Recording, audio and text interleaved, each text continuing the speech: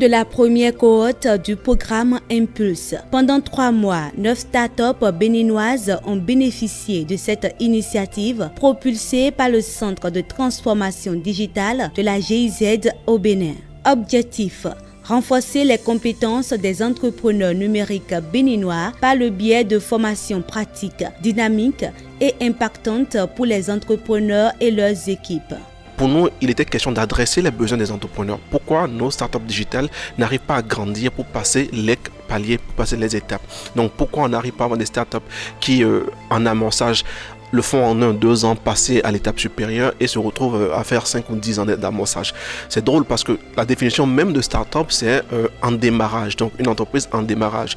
On ne peut pas être start-up pendant 5 ou 10 ans. Et donc pour nous, adresser cette problématique, c'était renforcer les compétences des entrepreneurs et de leurs équipes. Le programme Impulse est né de là. Nous avons concentré la première cohorte sur le business development. Et nous, sur le business development, avons orienté l'action sur 2 parcours.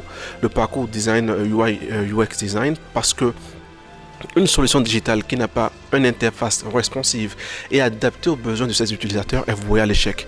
De la même façon, nous avons un second parcours qui était vraiment business development, parce que vous n'avez pas de développement si les managers, si les équipes ne sont pas orientées sur la question de culture produit, n'arrivent pas à délivrer des solutions qui répondent vraiment à une culture produit et qui rencontrent des cibles adaptées. Et cela permet pour nous de switcher un peu le modèle et de proposer pour la seconde cohorte qui démarre aujourd'hui un modèle qui répond à un besoin beaucoup plus clair. Donc nous l'avons orienté en 2 parcours.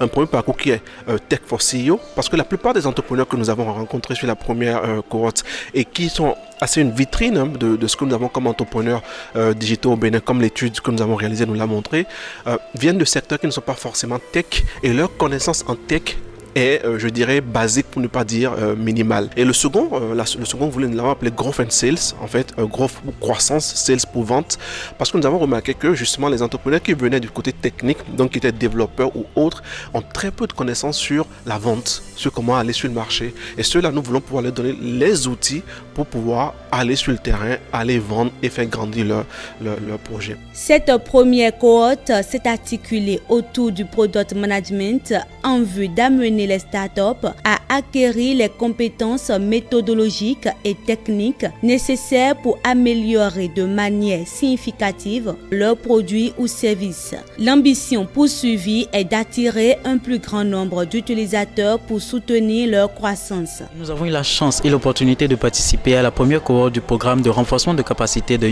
Impulse développé par la GIZ avec le Centre de transformation digitale du Bénin et la Digital Valley.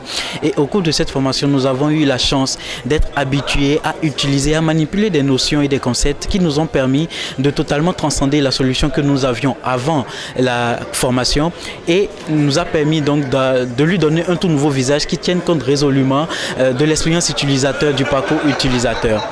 Nous n'allons pas nous arrêter en si bon chemin.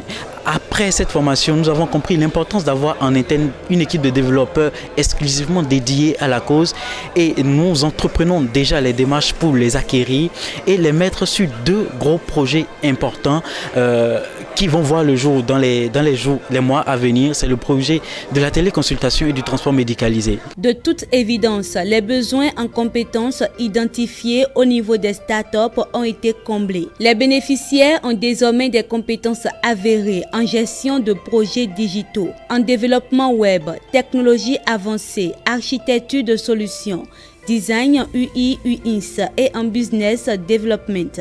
Place désormais à la seconde cohorte de 11 startups, adressées cette fois-ci au CEO. Aujourd'hui, c'était la fin de la première cohorte du programme Impulse sur lequel on a travaillé avec la Digital Valley d'Epitech. Il y avait une vingtaine d'entrepreneurs en fait, qui a participé à ce programme qui a duré à peu près 3 mois.